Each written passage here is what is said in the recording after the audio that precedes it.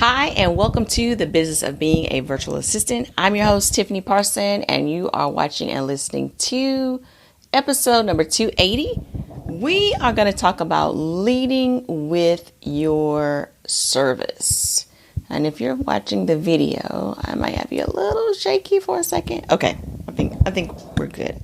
For some reason, the video was looking crooked to me. But anyway, leading with your service. Leading with your service. Now, this podcast is called The Business of Being a Virtual Assistant. However, when we communicate out to the general public that we own a virtual assistant business, it does not communicate what we think it communicates. How do I know? Because I have shared with people that I have a virtual assistant business. I own a virtual assistant business, and it does not communicate because guess what the follow-up question is? Yes. What do you do? Or the person might ask, what does that mean? So we're going to talk about leading with your service today. I was jotting down my notes, and the thing that came to mind, I like analogies, so I wanted to give you an analogy to paint the picture perfectly. So let's say instead of having a virtual assistant business, we all own car dealerships.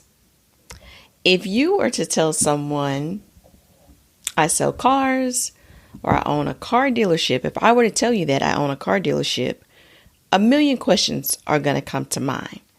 You're going to be thinking, well, what kind of cars? Vintage cars, luxury cars, sports cars, SUV, minivan. Is it a certain brand? Honda, Toyota, Mercedes, BMW, Land Rover, Jaguar? What kind of cars? Someone can't just say I own a car dealership. We're going to be wanting specifics. What type of car? Same thing for our virtual assistant business. They're wondering, well, okay, what does that mean or what? So instead, lead with your service. And the next thing you might be thinking was, well, Tiffany, we do like 5 different services. What's your number one service? How can you determine that number one service? What's the thing that people are buying from you the most? If you can't go by that, what's the service you want to be known for? When people talk about you, what service do you want to be known for? That's if you haven't started already. And if you started already and you look at what people are buying the most, but you know you want to be known for something else, lead with the one that you want to be known for. And then also ask yourself, why are you offering a service that you don't want to be known for? If you were being invited to a speaking engagement, which of those 5 services would you want them to note you as in your bio? And for your keynote to be when you're standing up on stage. That's the one I want you to lead with instead of telling people, I have a virtual assistant business. And I know it's easy to just tell them that and keep it moving. I get it. Trust, I get it. I'm not always up for talking or discussing or whatever. However, we never know who the person knows. You might be out to lunch. You might just be chilling in a coffee shop. We have to be prepared. We never know who's on the other side of that person or who that person is. We just don't know. And you don't have a lot of time to break down what all you do. You don't know how much time you have. So go back to the elevator speech. Make it quick. Lead with your service. You want to communicate right away to the person you're talking to so they know immediately what that means. If we just say virtual assistant, we leave it up to that person's interpretation of what a virtual assistant means. If you were to type in virtual assistant right now in Google, nothing else, just virtual assistant, you're going to think different things are going to come up. You're going to see Alexa, you're going to see Siri, you're going to see something mentioning about AI. You're going to see $2 VA in the Philippines.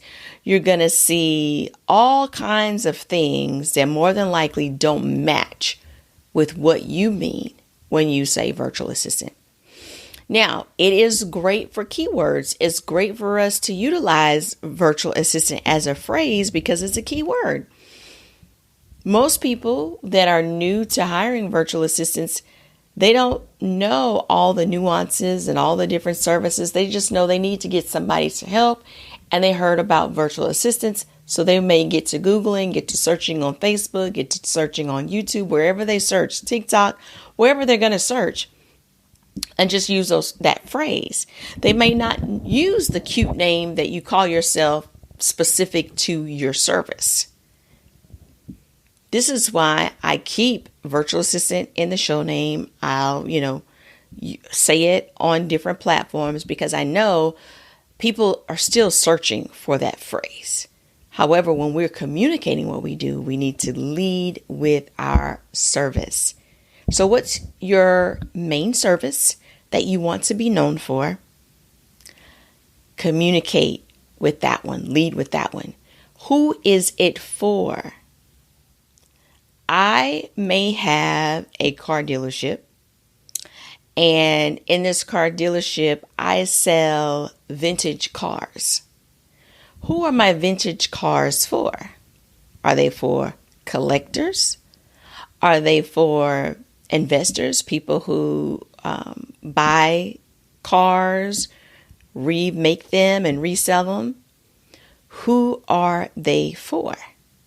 So leading with our service and in that communication, who is it for? Your business is not for everyone. You may be thinking, well, if I lead with that specialty service, I might leave the person out that I'm talking to. Land Rover doesn't service everyone. The vintage car dealership doesn't service everyone. Walmart doesn't even service everyone.